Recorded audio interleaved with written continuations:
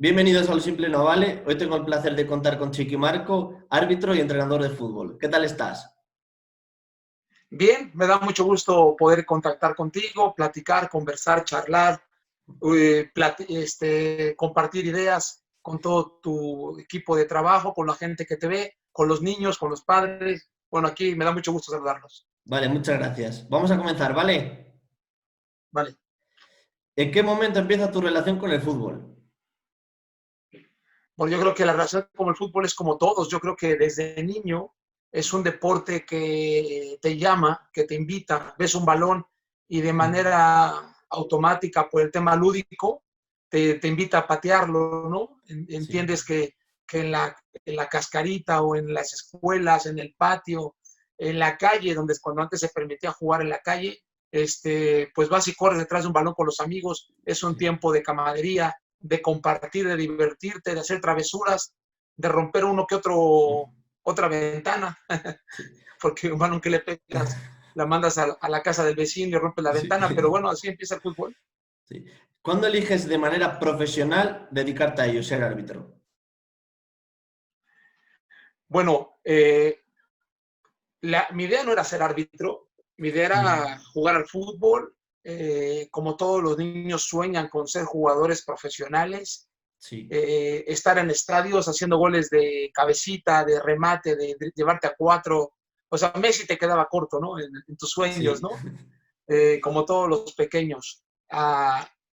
Yo jugaba de pivote o de pivote, o sea, sí, era pivote, aunque era mixto, a veces me gustaba mucho, era fijo, me encantaba ir a defender, pero también me gustaba ser solidario con mis compañeros en defensa, ¿no? Y de repente un compañero me invita a ser árbitro y yo en esa época era ciclista, tenía 16 años aproximadamente, Sí. y yo decía, árbitro, no tiene sentido, los insultan, los cuestionan, les pueden golpear, ponen en duda su honorabilidad permanentemente, ni loco sería árbitro. Pero en ese momento se estaba jugando el Mundial de Italia 90 y yo en esa época el árbitro de esa final fue Edgardo Codesal. Él arbitra esa final y llega mi compañero y me dice, un árbitro mexicano dirigió la final del Mundial. Y dije, bueno, si yo me preparo, yo inicio, yo me cualifico, ¿puedo ser árbitro profesional y mundialista? Sí. Dije, bueno, ¿dónde empiezo? Me fui al colegio de árbitros y dije, bueno, voy a 3 mundiales, arbitro la final de la Copa del Mundo y me retiro. Y así fue. Sí, lo tenía, Bueno, vamos. así, tomando en cuenta que Brasil para mí fue como una final, ¿no? Sí. ¿Cómo fue tu escalada hasta llegar a la primera división mexicana? Bueno, los procesos son muy parecidos como a los de España. Empiezas en el fútbol base, Sí. vas ganándote un puesto en el fútbol juvenil, luego en el fútbol categoría libre, y luego de ahí te vas al curso para el sector profesional y asciendes a la tercera división como asistente o juez de línea en esa época. Sí. Después vas haciéndote una carrera, la vas labrando, subes a la segunda división B, que es lo mismo aquí, allá. Luego subes a la segunda división, que ya se llama Liga de Ascenso, y luego Primera División. Yo debuté, he sido el árbitro más joven en debutar en Primera División, creo que del mundo o casi de todo el mundo, porque debuté a los 22 años en Primera Sí, muy División. jovencito, sí. Un presidente de comisión de árbitros se la jugó conmigo, me vio un perfil para poder responder a la responsabilidad y me designó a ese partido, me designó en Primera División. En una época donde se hablaba de crisis arbitral, en una época donde se hablaba que siempre los árbitros veteranos eran los mismos y tenían el mismo fallo y que necesitaban tener competencia debajo de la cantera arbitral para que salieran de su zona de confort. Y Sí. bueno, todo ese entorno o esa atmósfera impulsó al presidente de la comisión de árbitros a presentar nuevos rostros arbitralmente. Y esos nuevos rostros era uno yo, a Sí. los 22, 23 años. Debuto en un partido, bueno, en una pretemporada, así como el torneo Herrera que aquí se hace en España o demás. Sí, el Teresa. Allá se llamaba Cuna del Fútbol Mexicano, y allá fue a jugar Michel Butragueño y Hugo Sánchez Sí. en el Celaya. Y en mi debut, en ese partido, expulso a Hugo Sánchez por desaprobar una decisión arbitral.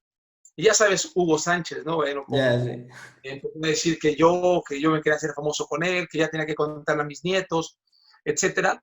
Pero yo no me recuerdo que ya estaba el jugador amonestado y desaprobó al asistente y yo no se lo permití y le saqué la doble tarjeta amarilla. Obviamente, muy joven yo, quizá con más experiencia, nada más le llama la atención y dice, por favor, señor, no más. Pero en ese momento dices, no, convicción, la regla, una amarilla, estás amonestado, doble amarilla, expulsión, fuera.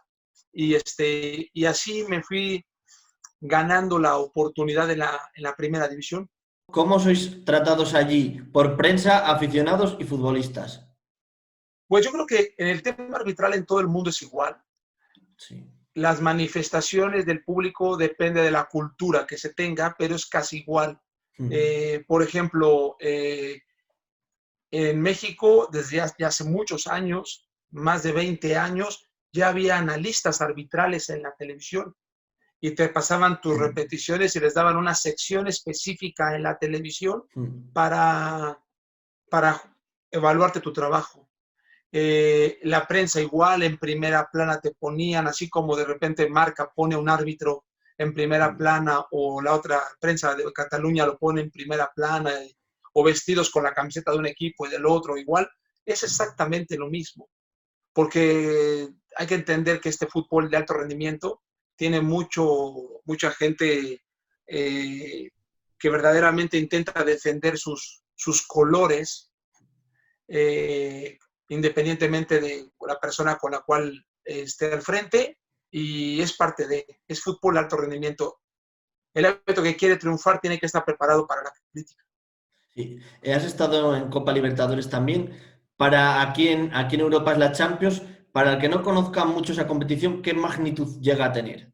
¿Qué importante es? Bueno, la Copa Libertadores es un torneo bastante bravo, haz de cuenta, con esa bravura, con esa intensidad, no con esa calidad táctica, pero sí calidad técnica.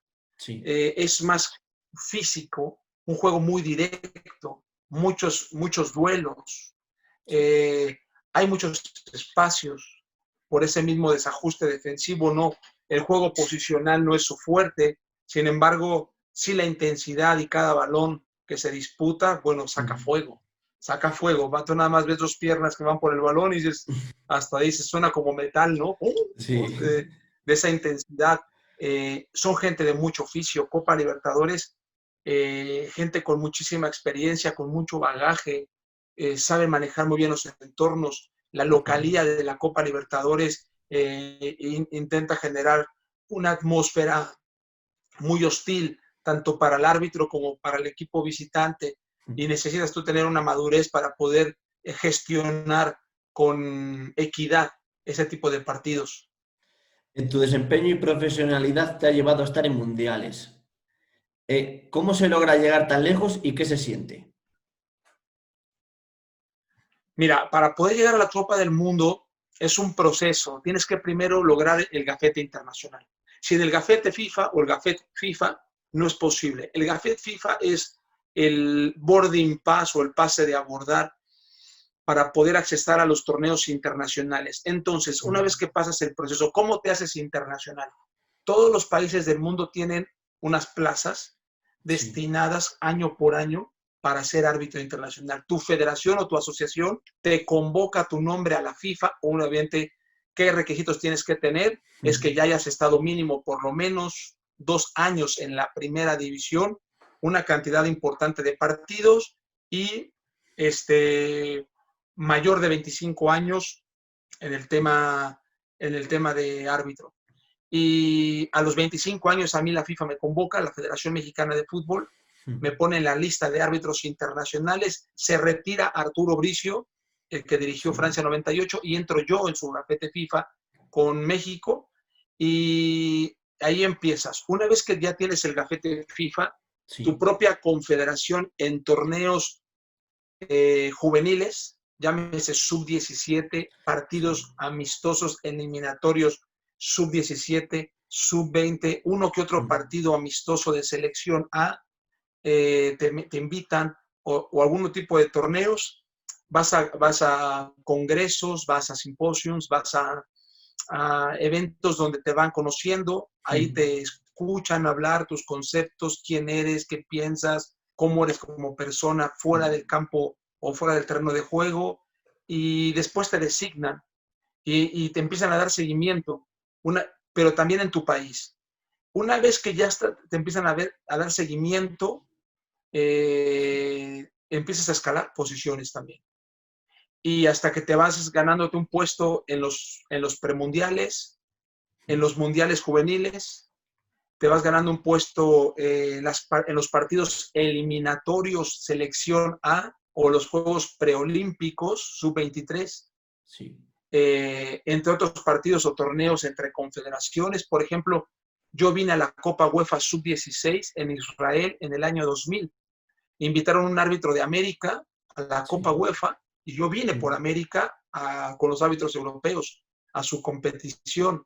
Sí. Así que hemos pasado buenos momentos hasta que hay un momento donde tú empiezas a ganar también un lugar en tu país, ser entre el número 1 de tu país y el número 2. Para ir a la Copa del Mundo, tu ranking tiene que ser el número 1 de tu país. El número 2, 1, 1, 2, 1, 2. De ahí no puedes salir. Cuando eres el 3, el 4, no eres candidato al mundial. Tienes que ser el 1 y el 2. Entonces, y luego también de tu confederación, estar entre los primeros 3 lugares de tu confederación para poder accesar a las Copas del Mundo. O sea que es una competencia constante. Sí. Y tienes que estar cada poco reciclándote y aprendiendo nuevas normas y demás, ¿no? Sí, es que cada partido te juegas todo, cada partido te aprendes, cada partido te renuevas tu entendimiento, cada partido te enfrentas a momentos complejos, a situaciones que no quieres fallar, que al contrario quieres demostrar que puedes con eso y más. Uno como árbitro piensas en un Irak-Irán, por ejemplo, de esos partidos que serían muy complejos, un Estados Unidos-Irán, o ¿qué te gusta? Un Holanda-Portugal, o un España-Alemania, o un Brasil-Argentina, o un Uruguay-Brasil. En ese tipo de partidos tú te sueñas, que dices, y para poder accesar a esos, un Italia-Uruguay, a ese tipo de escenarios deportivos, todos los juegos que tú tienes atrás valen, te suman, o te pueden restar también. Sí. En el Mundial de 2014 en Brasil viviste 2 sucesos históricos y uno fue lamentablemente el mordisco de Luis Suárez a Chiellini. Aunque tú no lo viste en el momento, pero en esos instantes, ¿qué se te pasaba por la cabeza? Bueno, para empezar, uno tiene experiencia y haces un plan de partido. En el plan de partido nosotros teníamos, voy a utilizar una expresión, presupuestado que ese incidente se podía presentar. O sea, un incidente de esa magnitud, a un árbitro de experiencia, tomando en cuenta los antecedentes, es posible que se puedan presentar. Sin embargo, tú lo planificas y dices a los compañeros, bueno, esta va a ser la estrategia para prever cualquier circunstancia. Pero también entiendes que el fútbol italiano, a través de su historia en Copas del Mundo, ya se habían dado incidentes fuera del campo visual del árbitro por provocaciones a sus rivales. Sí. Vamos a acordarnos el cabezazo de Zidane a Materazzi. Sí. Materazzi lo provoca, Zidane responde. O aquel golpe que le da Tassotti, me parece, creo que es Tassotti, a Luis Enrique. Sí. Claro, entonces, y luego tienes a Suárez, que ya había mordido, creo que en Holanda o en Inglaterra. Sí. Y luego dices, es que esto se puede presentar. Es un comportamiento que se puede manifestar. Sí. Sin embargo, bueno, pues no lo vimos. No lo vimos. O sea, hay momentos donde no ves. O sea, claro, incluso hasta la fecha, no hay una imagen contundente que se vea que lo mordió. Hay un movimiento de la cabeza al hombro. Ahora, con el VAR hoy sería más fácil resolverlo. Pero en esa época no se nos debe olvidar que fue el último mundial sin VAR. Correcto. De hecho, ese tipo de incidentes obligaron al mundo del fútbol a legislar la tecnología, porque se dieron cuenta que el árbitro estaba en serias desventajas. Correcto.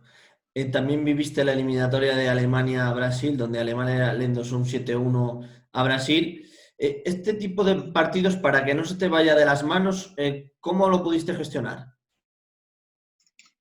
Mira, por lo pronto es un partido bravo, es un partido complejo, porque Brasil es una potencia del mundo, Sí. es pentacampeón, tiene una historia, ha sido un referente. Sus jugadores marcan a los clubes a través de sus competiciones. Pero tenías enfrente una Alemania que no se nos debe olvidar que en Alemania 2006, cuando fueron sedes ellos, no fueron campeones, llegaron a la semifinal y quedaron en tercer lugar contra... No, llegaron a la semifinal, no jugaron a la final.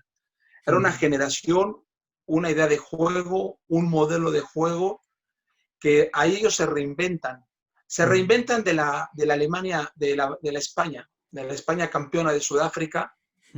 España empieza a generar tendencia a su modelo de juego, su tiki-taka, Sí. cómodos con el balón, volvían locos a los rivales. Alemania aprende de ello y me da la impresión de que coge su modelo, pero le pone su sello.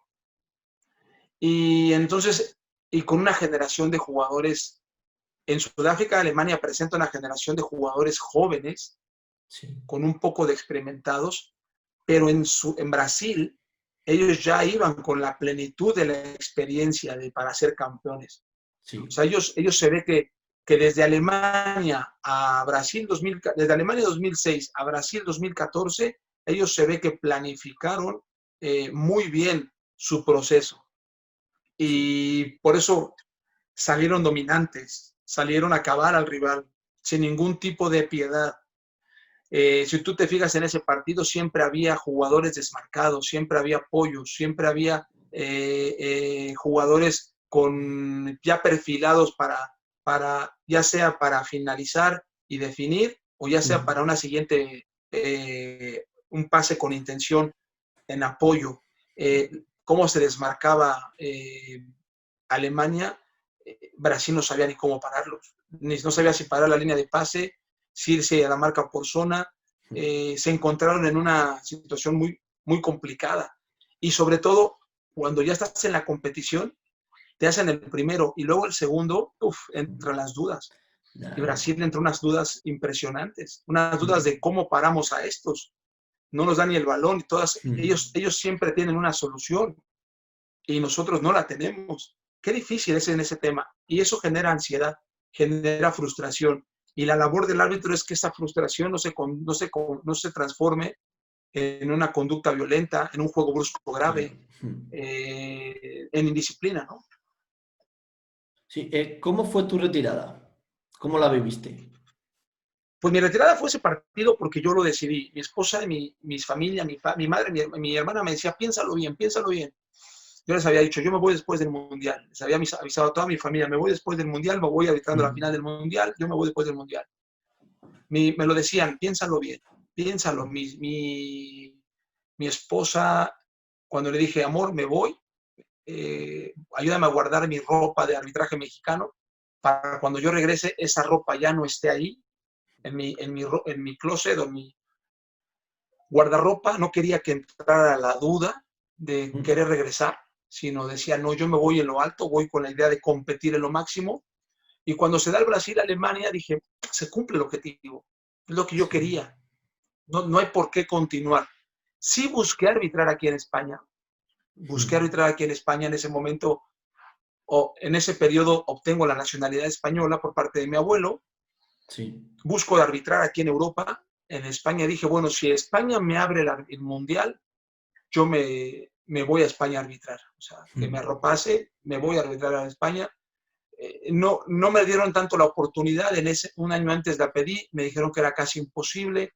Toqué a Inglaterra, la Premier, a ver si había posibilidades. Yo ya había arbitrado en Qatar, me habían llevado como modelo de árbitro en Qatar, en la liga, en la Qatar League. Y bueno, al no tener otro escenario desafiante, importante, competitivo, dije, es el momento de cerrar ciclos. Me fui a los 40 años, la FIFA te da hasta los 45, me fui 5 años antes de la fecha establecida. Sí. Posteriormente eliges tomar un rol totalmente diferente como es ser entrenador.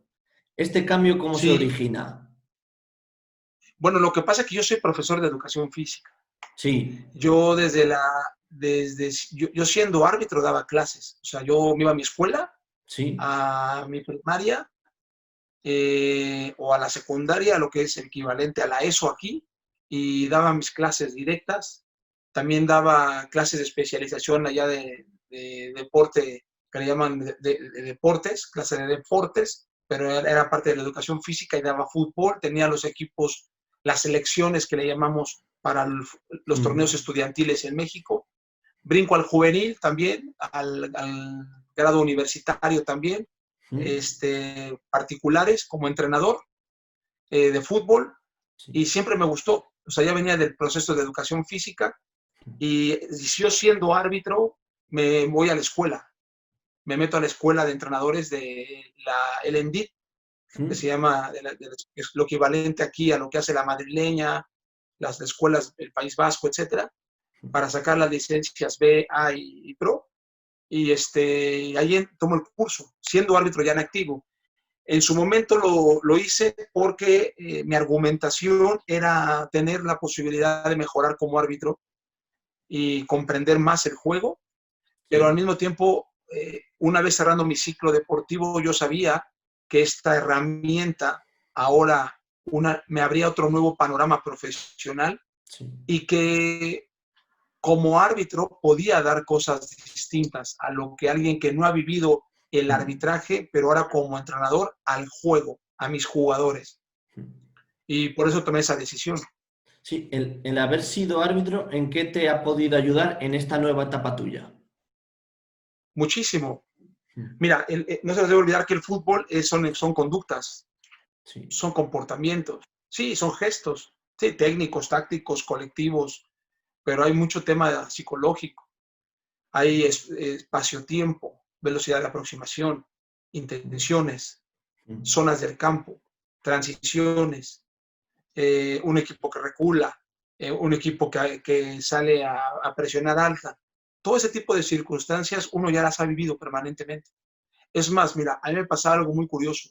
Apenas el equipo recuperaba el balón, y yo le decía a mis compañeros, ahí va el gol, ahí va el gol. Y a los 4 o 5 segundos, gol.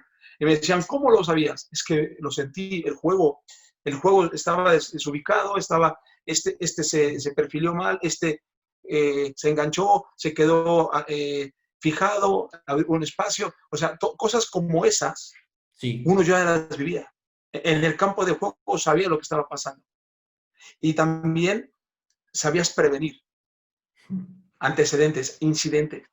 Dices, este está molesto, esto le va a dar una patada, esto ya lo provocó. Todo eso que es el juego, lo que no está escrito en el fútbol, pero que se utiliza en el fútbol de alta competencia, tengo, me parece, una gran habilidad para discernirlo. Es increíble, pero lo tengo, lo huelo.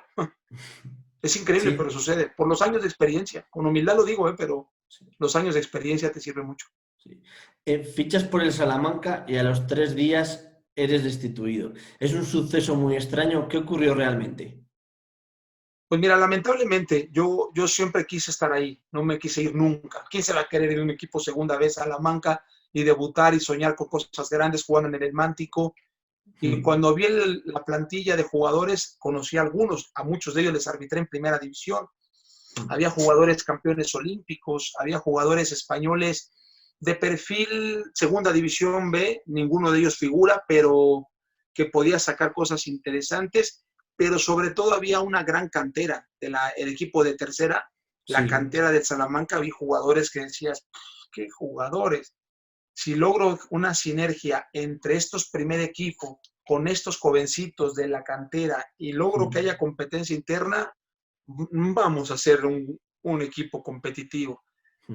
Sin embargo, no te dan margen de maniobra. Creo que ellos, por ya tenían un entrenador que no tenía la licencia, y quiso estar por detrás sin aparentemente no dar el rostro y pusieron lo que le llaman un topo, aquí mucho en España que se usa mucho un topo, debajo en la cancha aparentemente como una persona que iba a estar a un lado mío, como un asistente mío. Yo pensé que este hombre iba a ser leal, pero la realidad que era más un informante y no me permitieron ni siquiera poner la primera alineación. Yo en mi primer partido yo iba a hacer la convocatoria, tuve que pelear para pedir mi convocatoria. Yo ya había, desde el primer entrenamiento, iba a subir a 2 juveniles, algo que no quisieron ellos. Yo iba a subir a 2 juveniles porque yo quería, era mi primer partido, era contra la Arenas.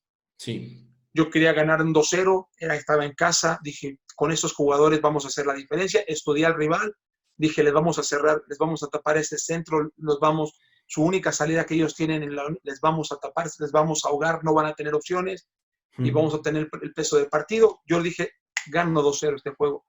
Y la verdad es que el partido lo ganaron 2-0, fíjate, curiosamente lo ganaron 2-0 ellos, pero yo ya no en la banca, y porque simplemente consideraron que no iba a ceder en sus pretensiones y simplemente fue una lástima. A mí me hubiese encantado, sinceramente.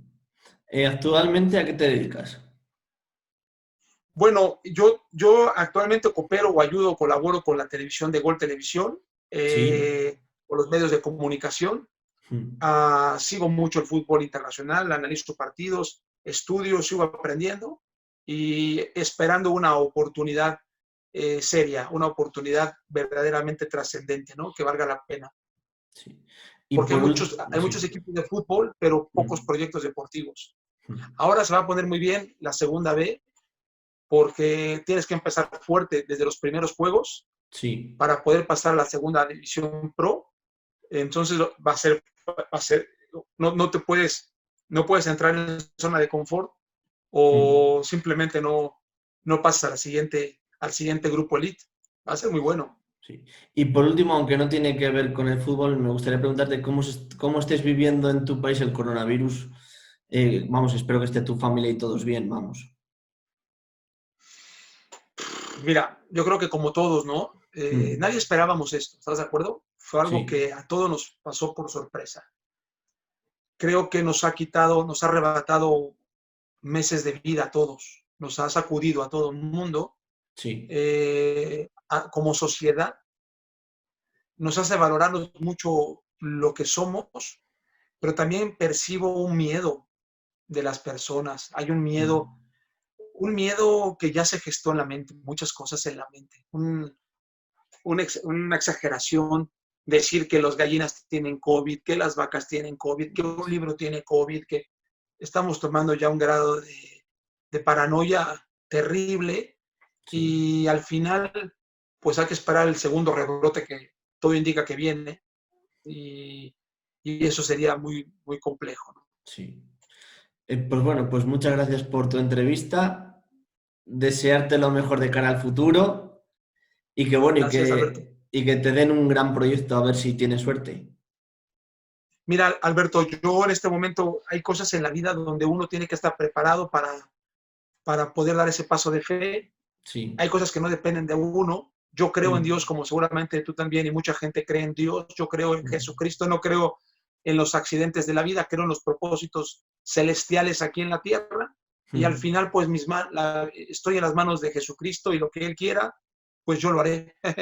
Es muy importante porque es la paz que tengo en el corazón.